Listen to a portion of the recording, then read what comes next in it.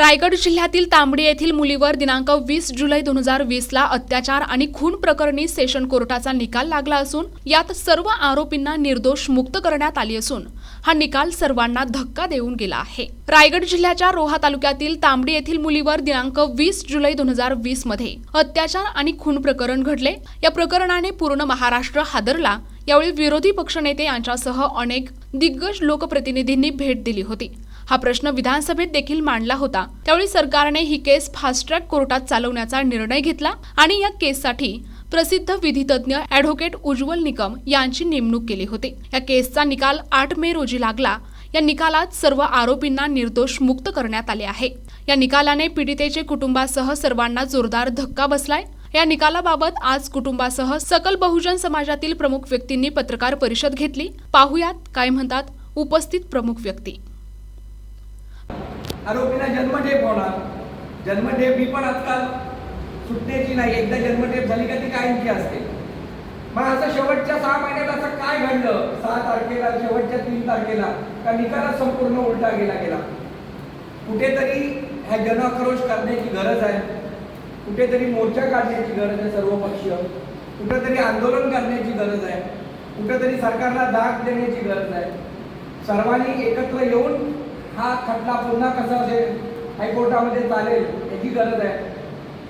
आजपासून हायकोर्टाला सुट्टी पडलेली आहे।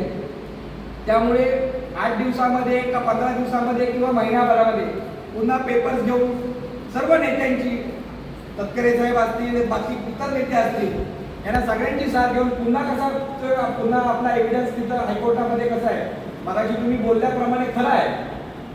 खालचा दिलेला निकाल शक्यतो 80% तेच राहतो पण 20% चान्स आपल्याला नक्की आहेत ना।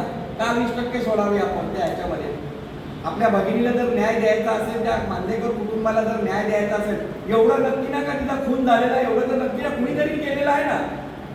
समजा ते आरोपी नसतील तर आम्ही इकडे नक्की कुणीतरी खूप हे तिच्यावरती अत्याचार किंवा हे झालेलं आहे ना हे कोणीच नाकारू शकत नाही। आम्ही हे सगळं असताना कुठेतरी फॉरेन्सिक रिपोर्ट तरी त्या पद्धतीचा येणं गरजेचं होतं।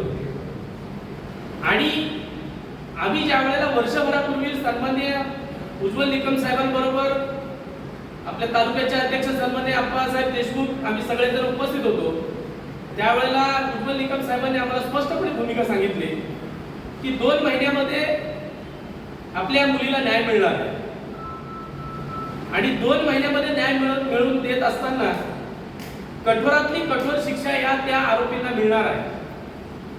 आणि हे 2 महिने उलटून जात असताना वर्षभरानंतर मात्र अशी एक घटना समोर येते आपल्या समोर की त्या आरोपींना निर्दोष मुक्तता हा एक आपल्या व्हॉट्सअपच्या माध्यमातून आपल्या सर्वांना प्रसार माध्यमांमध्ये समोर येते।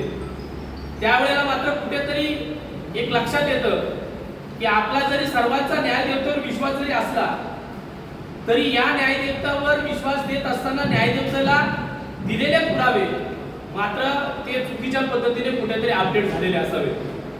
मग त्यामध्ये आपण सर्वजणच पोलिसांना दोषी मानण्यात काही हरकत नाही। कारण जर का पोलिसांनी त्या ठिकाणी चौकशी केली चौकशीचा रिपोर्ट त्या ठिकाणी आपण सादर केला ते सादर करत असताना समोरचा आरोपी जर का मी तो गुन्हा केलेला आहे हे जर का त्या ठिकाणी मान्य करत असताना त्या ठिकाणी जे अंश किंवा त्या ठिकाणीचे सिम्पटम्स जे पुरावे आपण त्या ठिकाणी दिले गेले काही 17 या 173 पाण्याच्या जजमेंट मध्ये ज्या लोकांची चौकशी तुम्ही त्या पद्धतीने केली ती चौकशी पूर्णतः या मुलीला न्याय देण्याच्या दृष्टिकोनातून एक पूरक बाजू असताना कुठेतरी हा न्याय चुकीच्या पद्धतीने हाताळला गेला आणि हा हाताळला जात असताना आपण मात्र गाफील राहिलो आणि ह्या गाफील राहत असताना कुठेतरी आपण कोणावर तरी विश्वास ठेवला। केसीमध्ये आरोपी हे गुन्हेगार आहे आणि त्याला शिक्षा होईल मग अचानक काय घडलं हा सगळ्यांच्या मनामध्ये हा प्रश्न आहे। त्याच्यानंतर काल नामदार आदित्य तटकरेंजवळ चर्चा झाली। खासदार तटकरे साहेबांची सुद्धा आता पोस्ट माझ्या मते आहे त्यांनी सुद्धा सांगितलेलं आहे।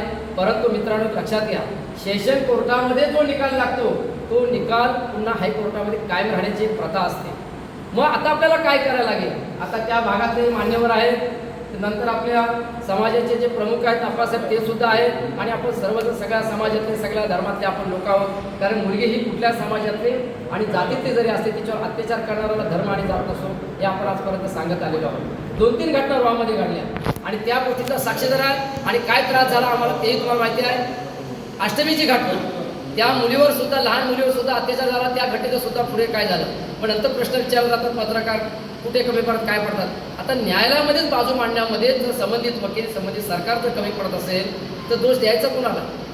तर आपण सगळ्यांनी पुन्हा तालुक्यातले सर्व बहुजन समाजाने आपण एकत्र येऊ, याचा आपण केशीचा पाठपुरावा करायला पाहिजे. आणि दुसरी गोष्ट, त्या काळामध्ये मला असं वाटतं तत्कालीन PI हे बंडगर साहेब होते, आणि बंडगर साहेबांच्या काळामध्ये 2-3 केसी घडलेल्या आहेत. त्या कुठे केसीमध्ये मला वाटत नाही की पीडितेला किंवा त्या कुटुंबाला न्याय मिळाल्याचं ऐकवत नाही. बरोबर ना मोरे साहेब? म्हणजे आपण तसा जर विचार केला तर आपल्या जजमेंट आपल्या लक्षामध्ये येतं. आता 173 पानांचा जजमेंट हा इंग्लिशमध्ये आहे. त्या जजमेंटचा थोडासा आपण विचार केल्यानंतर त्यांनी जे पुराव्यामध्ये कुठेतरी आपण कमी पडलो, साक्षीदारमध्ये कमी पडलो. पण ह्या गोष्टी ज्यावेळी वकील, आणि ते पण उज्ज्वल निकम सारखे ख्यातनाम वकील असतील, त्यांना महिनापूर्वी जजमेंट येतो केशीचा निकाल काय लागणार आहे. वकील आहेत म्हटलं त्यांना जजमेंट आलं पाहिजे. मग त्यांना जजमेंट काय आलं नाही? त्या पीडितेच्या कुटुंबाला, आपण सर्व आपल्या समाज बांधवांना सगळ्यांना आपल्याला का अंधारात ठेवलं गेलं, याच्या गोष्टीचा कुठेतरी आपण विचार करायला पाहिजे. आणि काल हे मिटिंग झाल्यानंतर आता ह्या वेळेमध्ये पत्रकार परिषद घ्यावी, आणि ह्या प्रकरणाला आपल्याला सर्व पत्रकारांच्या माध्यमातून हा प्रकरण किती आपल्यावर अन्याय करणारा आहे, आणि हा रोहेकरांवर अन्याय लक्षात घ्या. मी म्हटलं गुरुवार हा आपण काळा दिवस, त्या तारखेचा आपण पाळायला पाहिजे. तर प्रत्येकाने आपली मतं मांडा, कारण आपल्याला ही लढाई मोठी आहे. सुरुवातीची लढाई आपण कमी समजू, आता लढाई सेशन कोर्टाचा आपल्याला निकाल जर बदलायचा असेल तर नव्याने आपल्याला काय त्याच्यामध्ये करता येईल, म्हणजे निवृत्ती न्यायाधीशांची समिती, ATSची काय मागणी, असं आपल्याला करता येईल. प्रतिनिधी नरेश कुशवाहा, NTV न्यूज मराठी, रोहा, रायगड.